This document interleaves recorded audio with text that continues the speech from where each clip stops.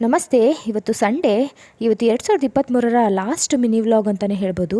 ನನ್ನ ಮಗ ಮತ್ತೆ ಸೋರೆಕಾಯ್ದು ಪಲ್ಯ ಮಾಡ್ಕೊಡಮ್ಮ ತುಂಬ ಚೆನ್ನಾಗಿತ್ತು ಅಂದ. ಹಂಗಾಗಿ ನಾನು ಚಪಾತಿ ಜೊತೆಗೆ ಸೋರೆಕಾಯ್ದು ಪಲ್ಯ ಮಾಡ್ತಾಯಿದ್ದೀನಿ. ಅದ್ರ ಜೊತೆಗೆ ವೈಟ್ ಟರ್ಮರಿಕ್ ಪೌಡ್ರು ತುಂಬ ರಿವ್ಯೂಸ್ ಚೆನ್ನಾಗಿದೆ ಅಂತೇಳಿ ನನ್ನ ಮಗನಿಗೋಸ್ಕರ ನಾನು ಪಿಂಪಲ್ಸ್ಗೆ ಅಂತ ತರಿಸಿದ್ದೆ.